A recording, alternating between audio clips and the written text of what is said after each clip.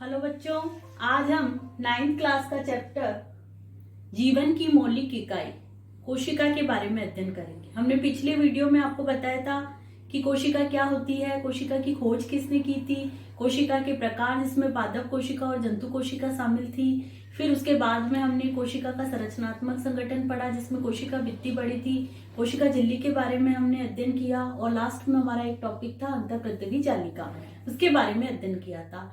आगे हम कोशिका के संरचनात्मक संगठन को भी आगे विस्तार से लेते हैं। हमने कोशिका भित्ति पढ़ ली, कोशिका झिल्ली पढ़ ली और अंतःप्रतवी जालिका पढ़ ली। उसके आगे गोल्जी उपकरण या गोल्जी काय जिसे बोला जाता है। बच्चों, गोल्जी काय ऐसा उपकरण है जिसकी खोज कैमिलो गोल्जी ने की थी। साइंटिस्ट थे एक कैमिलो गोल्जी, उन्होंने खोज की थी। उन्होंने उल्लू की कोशिकाओं में इसकी खोज की थी, इसीलिए इसको कैमिलो गोल्जी के नाम से इसका नाम भी रखा गया है, गोल्जी उपकरण रखा गया है। ये झिल्ली युक्त चपटी पुट्टिकाओं का एक तंत्र होता है। इसके अंदर क्या होता है कि पुट्टिकाएं होती है, इस तरीके की चपटी पुट्टिकाएं होती है जिसका ये एक तंत्र होता है। ये चपटी पुट्टिकाएं क्या होती है, एक के ऊपर इस तरीके से एक के ऊपर एक विन्यासित होती है और जिन्हें कुंडिका कहते हैं। जब ये एक दूसरे के ऊपर समांतर रूप से विन्यासित हो जाती है तो इन्हें कुंडिका कहा जाता है। इन झिल्लियों का संबंध जो होता है वो अंतःप्रतवी जालिका से होता है। अंतःप्रतवी जालिका को पिछली वीडियो में मैंने आपको बताया था कि अंतःप्रतवी जालिका को ईआर के रूप में प्रदर्शित किया जाता है।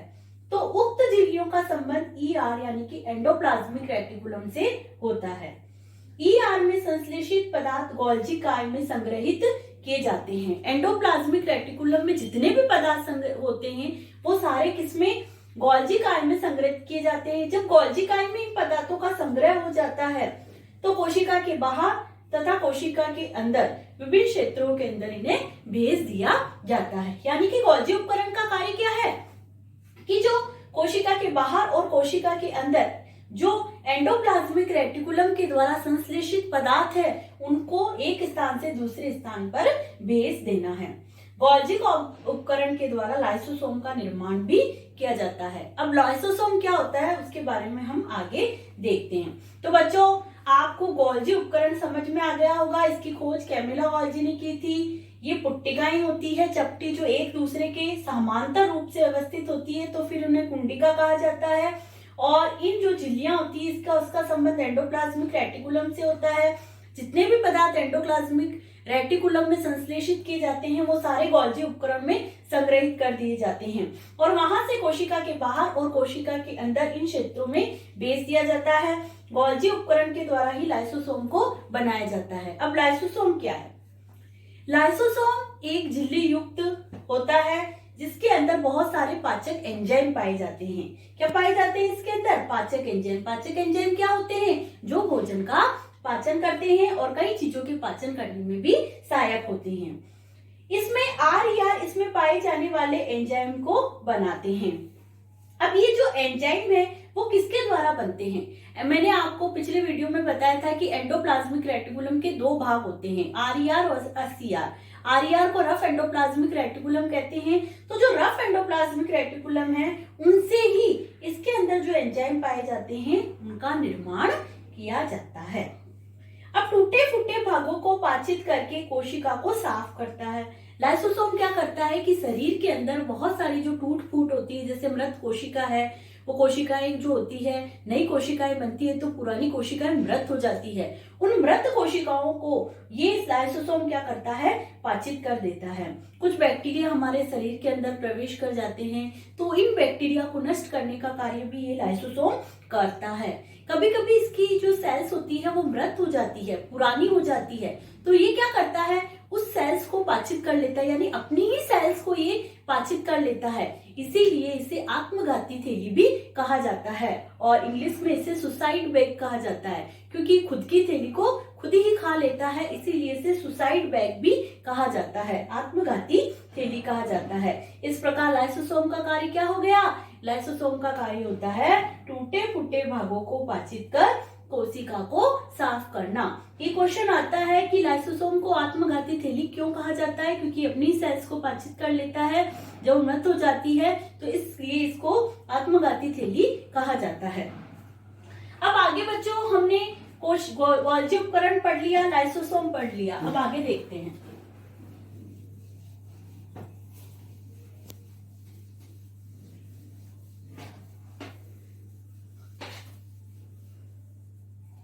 अब बच्चों आगे हम देखते हैं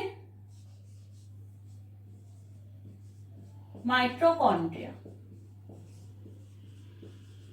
आपने नाम तो स्पष्ट है, माइटोकॉन्ड्रिया क्या होता है। माइटोकॉन्ड्रिया कोशिका का बिजली घर कहा जाता है। क्या कहा जाता है, कोशिका का बिजली घर कहा जाता है। माइटोकॉन्ड्रिया के अंदर क्या होता है, क्यों कहा जाता है, और इसे कोशिका का शक्ति गृह भी कहते हैं। कोशिका का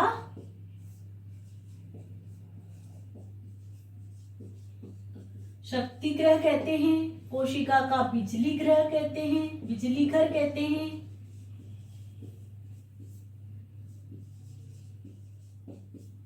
क्यों कहा जाता है, क्योंकि माइटोकॉन्ड्रिया के अंदर रासायनिक यौगिकों व यांत्रिक कार्यों के करने के लिए किसका निर्माण होता है, एटीपी का निर्माण होता है। ये एटीपी की फुल फॉर्म क्या है और है क्या। एटीपी की फुल फॉर्म है एडिनोसिन ट्राइफॉस्फेट।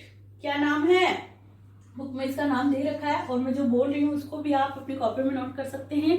एडिनोसिन ट्राइफॉस्फेट, क्या नाम है, एडिनोसिन ट्राइफॉस्फेट। ये क्या है, ये ऊर्जा की इकाई है। जब भी अपन भोजन करते हैं तो भोजन के द्वारा जो ग्लूकोज प्राप्त होती है वो एटीपी के रूप में संग्रहित हो जाती है और फिर ये एटीपी टूट कर हमें ऊर्जा का रूप देकर और हमें ऊर्जा प्रदान करता है। तो एटीपी क्या है, एक ऊर्जा की इकाई है। इसके अलावा माइटोकॉन्ड्रिया का अपन चित्र के द्वारा भी मैं आपको बताती हूँ, समझाती हूँ थोड़ा। देखो बच्चों, जो माइटोकॉन्ड्रिया होता है वो दोहरी झिल्ली युक्त कोशिकांग होता है। कैसा होता है, दोहरी झिल्ली युक्त कोशिकांग होता है। माइटोकॉन्ड्रिया जो है वो दोहरी झिल्ली युक्त कोशिकांग होता है। इसके अंदर इस तरीके की संरचना पाई जाती है, जिन संरचनाओं को पृष्ठी युक्त संरचना कहा जाता है। इसके अलावा इसमें डीएनए पाया जाता है, इसमें कुछ पार्टिकल पाए जाते हैं जो इस पृष्ठी युक्त संरचना पर प्रेजेंट होते हैं। इन पार्टिकल्स को अफन पार्टिकल्स कहा जाता है और जो बीच वाला क्षेत्र होता है उनको अधात्री कहा जाता है। ये अधात्री भाग होता है, ये इसकी बाह्य झिल्ली होती है,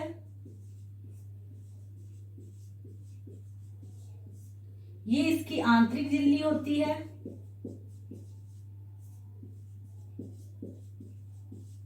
ये जो अंगुलीनुमा संरचना आपको दिख रही है ये क्रिस्टी होती है। इसके ऊपर जो ये आपको लाइन नुमा संरचना दिख रही है इस तरीके की, वो अफन पार्टिकल होती है। यहाँ पर इलेक्ट्रॉन का निर्माण होता है और एटीपी का निर्माण होता है। ईटीएस साइकिल भी आगे आप पढ़ोगे, उच्च कक्षाओं में जाओगे जब, ठीक है। और यहाँ पर अपने एटीपी का निर्माण होता है। तो ये किसकी संरचना है, जिसके अंदर दो झिल्लियां पाई जाती है, दोहरी झिल्ली युक्त कोशिकांग होता है। इसके अलावा इसमें डीएनए और राइबोसोम भी पाए जाते हैं। बाह्य झिल्ली, आंतरिक झिल्ली, इसके मध्य भाग को मैट्रिक्स या अधात्री कहा जाता है। ये अंगुलीनुमा संरचनाएं पाई जाती है जिन्हें क्रिस्टी कहा जाता है, ठीक है। अब आप माइटोकॉन्ड्रिया का ये नामांकित चित्र अपनी कॉपी में जरूर बना लीजिएगा, ठीक है। और इसे कोशिका का शक्तिगृह क्यों कहा जाता है, इस क्वेश्चन का आंसर भी आपको आना चाहिए, क्योंकि इसमें एटीपी का निर्माण होता है और एटीपी ऊर्जा की इकाई है जो कि हमें शक्ति प्रदान करती है। इसके आगे कोशिका के संगठनात्मक संरचना के अंदर हम प्लास्टिड के बारे में अध्ययन करेंगे।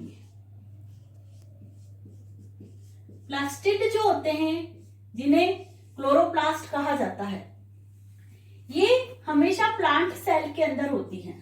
किसके अंदर होते हैं? प्लांट सेल, यानी कि पादप कोशिका के अंदर ये होते हैं। ये दो प्रकार के होते हैं, क्रोमोप्लास्ट और ल्यूकोप्लास्ट। कौन कौन से होते हैं? क्रोमोप्लास्ट और ल्यूकोप्लास्ट। ये दो प्रकार के होते हैं, क्रोमोप्लास्ट और ल्यूकोप्लास्ट। ये जो क्रोमोप्लास्ट होते हैं वो कैसे होते हैं? रंगीन होते हैं। और ये जो ल्यूकोप्लास्ट है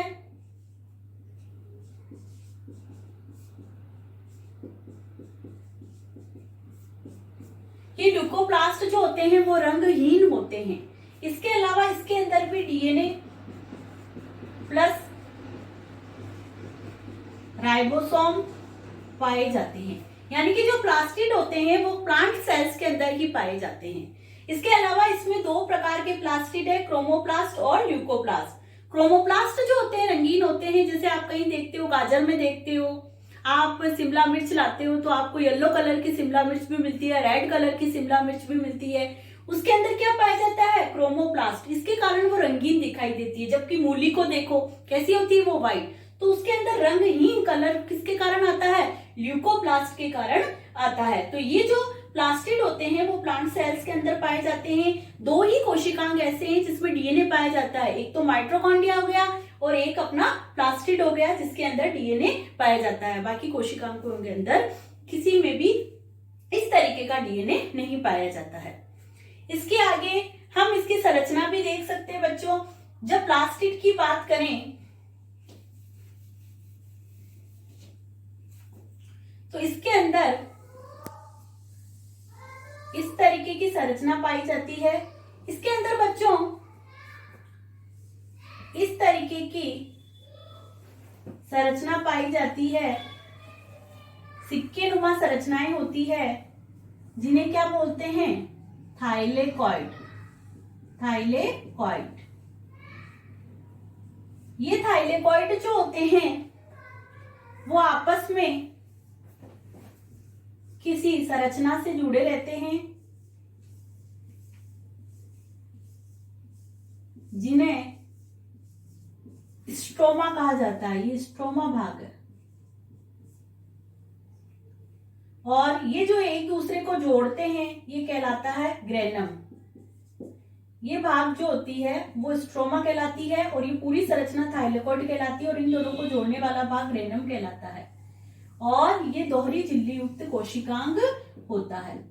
और ये ऊर्जा की इकाइयां भी होती है। प्रकाश के समय ये ऊर्जा जो होती है ग्रहण कर लेती है और ऊर्जा को और इलेक्ट्रॉन को उत्तेजित कर बाहर निकालकर एटीएस साइकिल को प्रारंभ करती है। आपको बस इतना सा चित्र थोड़ा सा ध्यान में रखना है कि दोहरी झिल्ली युक्त होती है।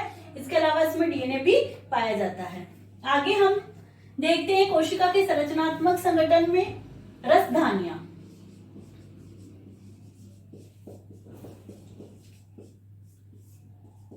क्या होती है रसधानियां? ठोस अथवा तरल पदार्थों को ठोस व तरल पदार्थों को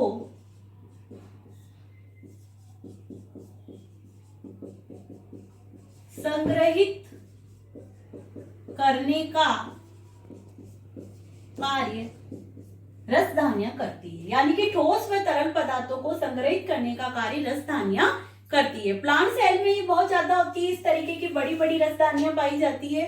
ये प्लांट सेल के अंदर तो 50 से 90% भाग जो प्लांट सेल्स का होता है वो रसधानियों से मिलकर ही बना होता है। रसधानी के अंदर क्या पाए जाते हैं? अमीनो अम्ल पाए जाते हैं, शर्करा पाई जाती है, कार्बनिक अम्ल पाए जाते हैं। इसके अलावा कुछ प्रोटीन भी पाए जाते हैं। क्या क्या पाए जाते हैं? अमीनो अम्ल पाए जाते हैं, शर्करा पाई जाती है, कार्बनिक अम्ल और कुछ प्रोटीन पाए जाते हैं। रसधानियां बहुत सारे कार्य करती है। रसधानियां क्या कार्य करती है? रसधानियां जो होती है कई प्लांट सेल्स के अंदर ये पोषण का भी कार्य कर सकती है, श्वसन का भी कार्य कर सकती है और उत्सर्जन का कार्य भी करती है। इसके थ्रू पदार्थों का आदान प्रदान भी होता है। इस प्रकार रसधानियां जो होती है कोशिका के संरचनात्मक संगठन का भाग है। तो बच्चों आज हमने इसके आगे हम और देखेंगे। आगे राइबोसोम पढ़ते हैं कोशिका के संरचनात्मक संगठन में, जिसकी खोज जो थी वह क्लाड व पेलेडे ने की थी। पेलेडे ने इसको राइबोसोम नाम दिया था। ये राइबोसोम क्या होते हैं? ये आरएनए प्रोटीन के बने हुए होते हैं। जैसे अपन किसी भी चीज को नापते हैं, किलोग्राम में नापते हैं, किसी को लीटर में नापते हैं, वैसे ही राइबोसोम की भी एक यूनिट होती है जिसे श्वेतबर्ग इकाई कहते हैं, और इसे शॉर्ट में अस से प्रदर्शित किया जाता है। किससे प्रदर्शित किया जाता है? अस से। ये नापने की इकाई है। तो यूकेरियोटिक सेल्स के अंदर एटीएस प्रकार के राइबोसोम पाए जाते हैं, जबकि जो प्रोकैरियोटिक सेल्स होती है उसके अंदर 70S राइबोसोम पाए जाते हैं। राइबोसोम क्या करते हैं? राइबोसोम प्रोटीन का निर्माण करते हैं। प्रोटीन क्या करती है? एमिनो अम्ल के निर्माण में सहायक होती है। ठीक है, अब आगे हम पढ़ते हैं राइबोसोम के बाद में तारक काय के बारे में।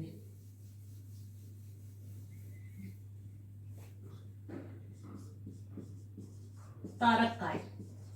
तारक काय बच्चों तारे की आकृति की होती है। वॉन बेंडे ने इसकी खोज की थी। और तारक काय जो होती है कोशिका विभाजन के समय तरकु तंतुओं का निर्माण करने में सहायक होता है।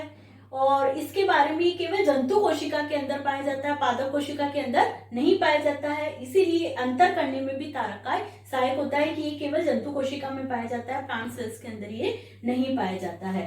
तो ये किसका निर्माण करता है? इसका कार्य क्या है? कोशिका विभाजन के समय तरकु तंतुओं का निर्माण करता है। तो बच्चों ये हो गया कोशिका का संरचनात्मक संगठन कंप्लीट। मैं आशा करती हूँ कि आप सबको समझ में आया होगा। अब आपका होमवर्क देख लीजिए।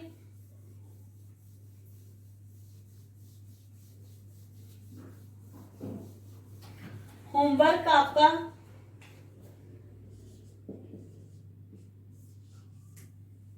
आज कोशिका के संरचनात्मक संगठन में आप सबसे पहले तो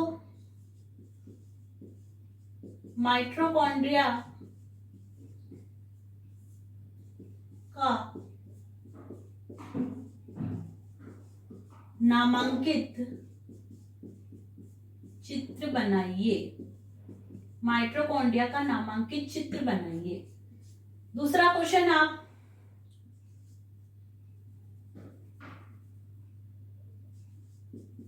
लाइसोसोम को आत्मघाती, या मैं इंग्लिश में लिख सकती हूँ उसको ताकि इसे भी क्वेश्चन पूछा जाता है कि इसको सुसाइड बैग, लाइसोसोम को सुसाइड बैग क्यों कहा जाता है?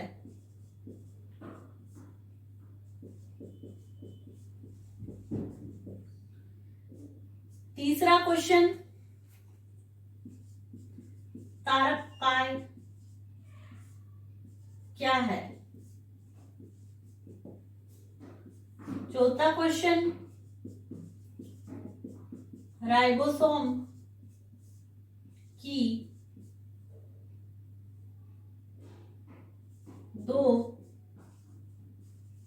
इकाइयों के नाम लिखिए।